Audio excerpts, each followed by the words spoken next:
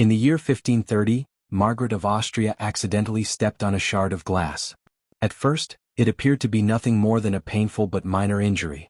However, this small incident would ultimately mark the beginning of a terrifying and prolonged ordeal.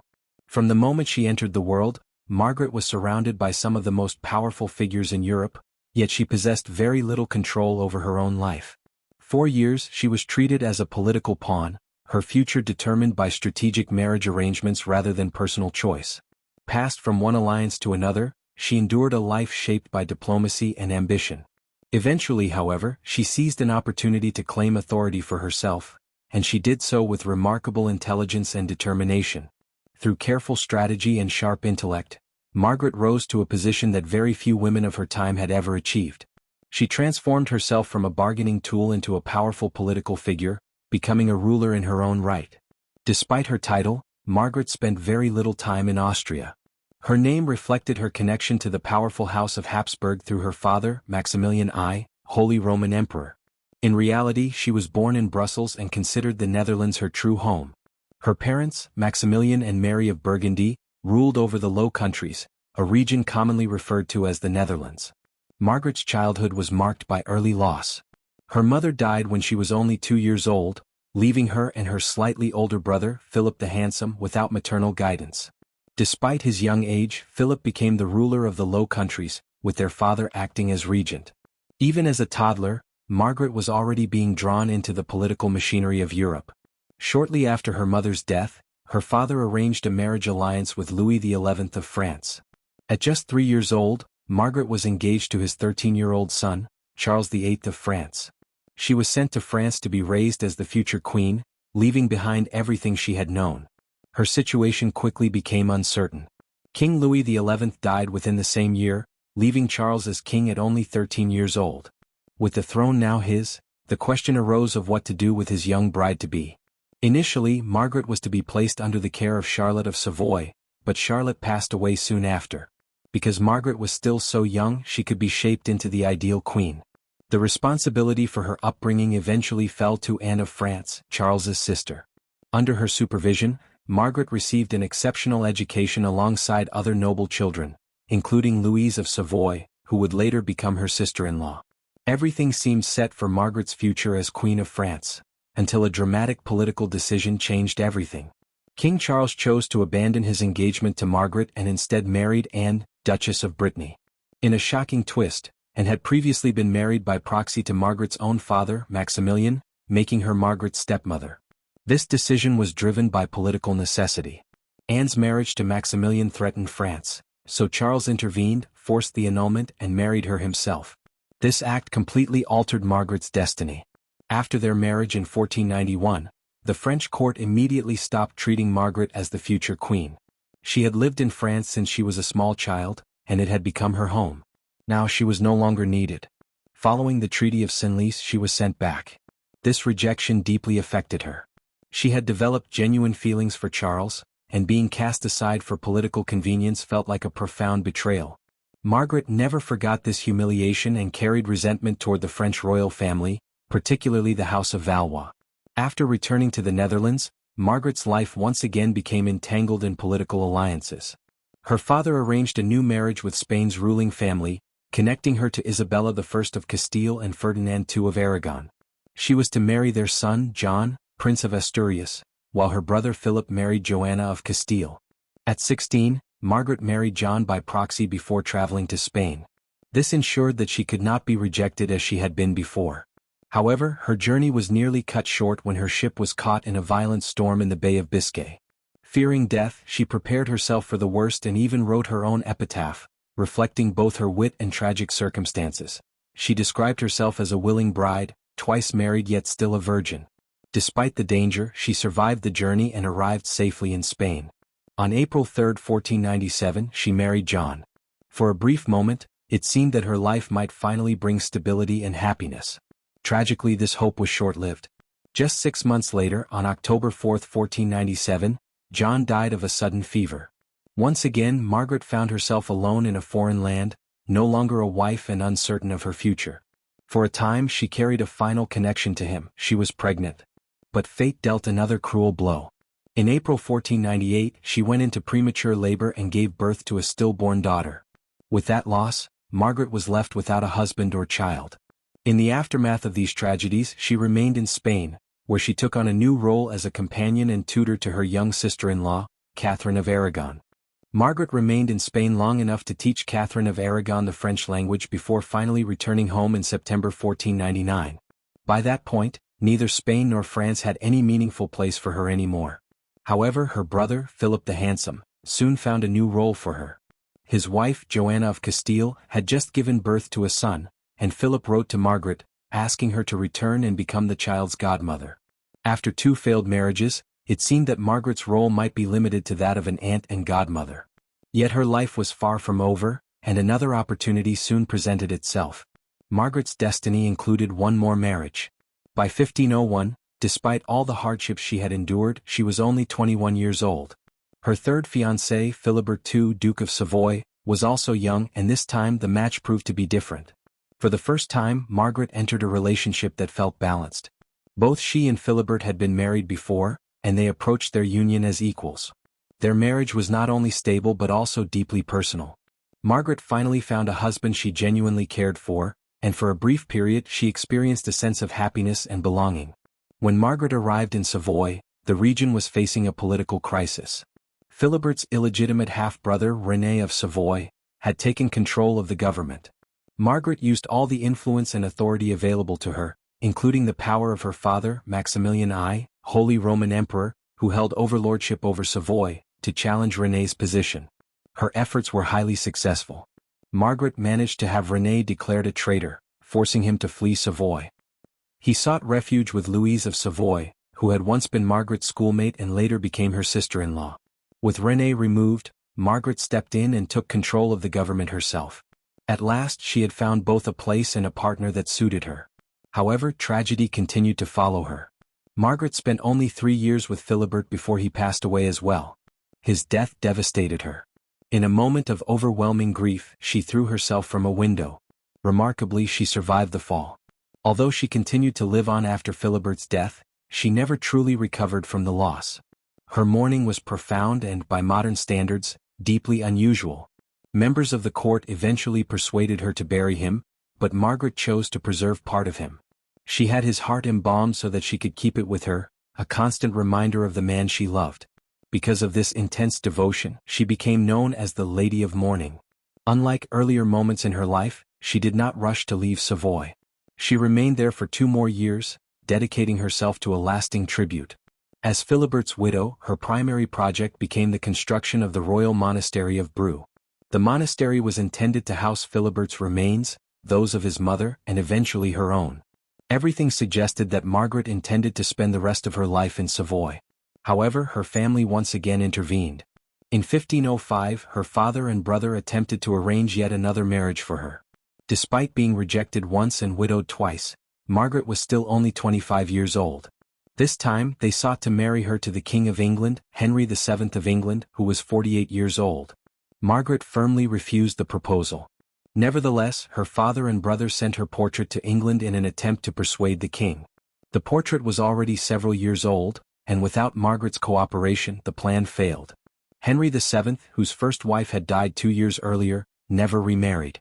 Margaret intended to remain in Savoy, but once again circumstances beyond her control altered her path. In 1504, Isabella I of Castile died. Margaret's first husband, John, Prince of Asturias, had already passed away, and their potential heir had been lost. As a result, the Spanish crown passed to Joanna and Margaret's brother Philip. However, tragedy struck once more. Philip died suddenly in 1506, creating a serious crisis. His son, Charles V, Holy Roman Emperor, was only 6 years old, and Joanna was considered mentally unfit to rule as his regent. Margaret's father could not step in directly. As ruler of the Low Countries and Holy Roman Emperor, he was occupied with other responsibilities and could not be physically present. He needed someone he could trust completely. At his request, Margaret returned to the Netherlands. For the first time in her life, she stepped into true authority. She no longer needed marriage to define her status.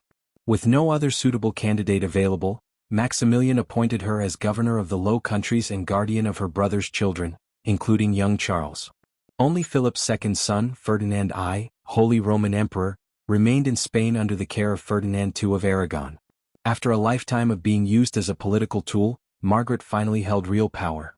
Her position was officially confirmed in 1509 by the Regional Assembly, making her the only woman ever elected to rule the Low Countries. Even so, her past continued to raise questions. Although she had been born in Brussels, she had spent much of her childhood in France. Some critics argued that this made her seem like a foreigner in her own land. Others, however, strongly disagreed, insisting that Margaret and her brother had always remained deeply connected to the Netherlands and its people. Margaret and Charles were ultimately viewed as fully native to the Netherlands. Regardless of differing opinions, Margaret of Austria ruled with confidence, authority, and remarkable political strength, laying an important foundation for future female leadership in European governance. In 1520, her authority was formally reinforced when Charles V, Holy Roman Emperor, appointed her once again as Governor-General of the Netherlands. This time, her position had no fixed limit, making her the only regent he ever reappointed without restriction.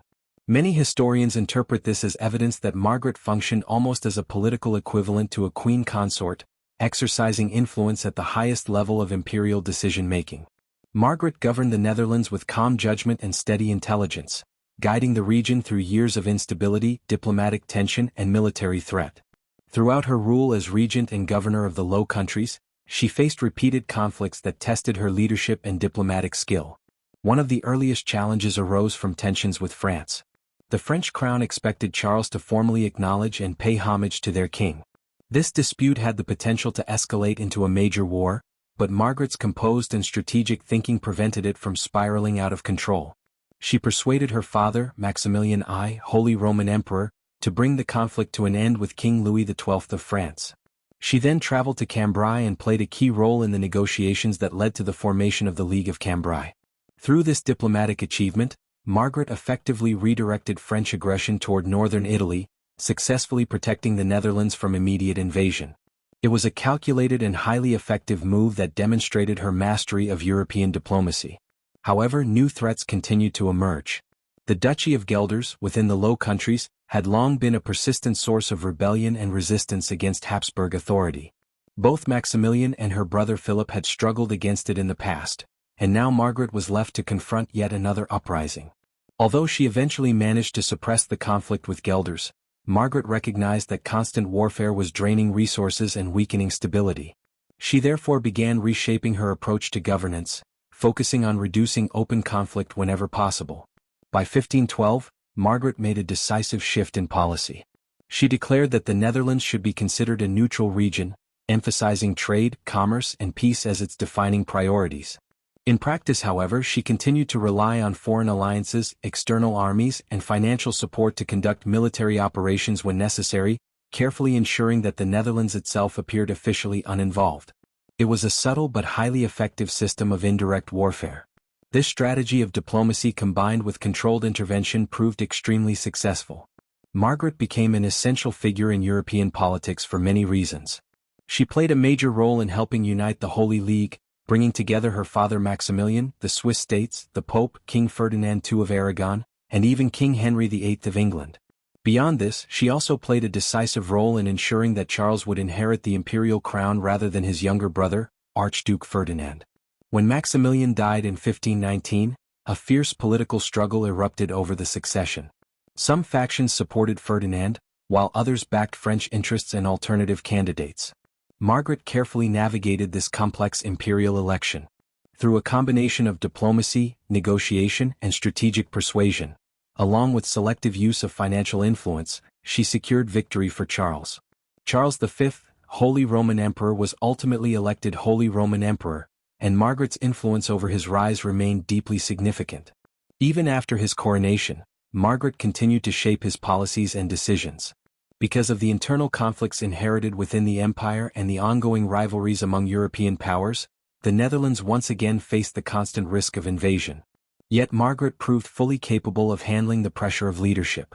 She relied heavily on diplomacy to maintain stability, often with assistance from an unexpected ally. Over time, France had undergone significant political change.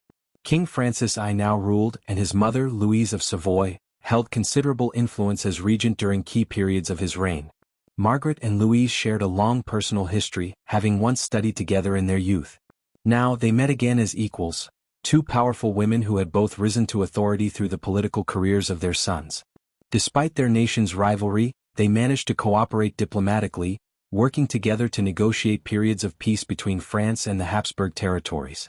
At the height of her influence, it appeared that Margaret had finally achieved lasting stability. She held respect, authority, and security. After a life filled with uncertainty, exile, political manipulation, and personal loss, she had finally reached a position of control and peace.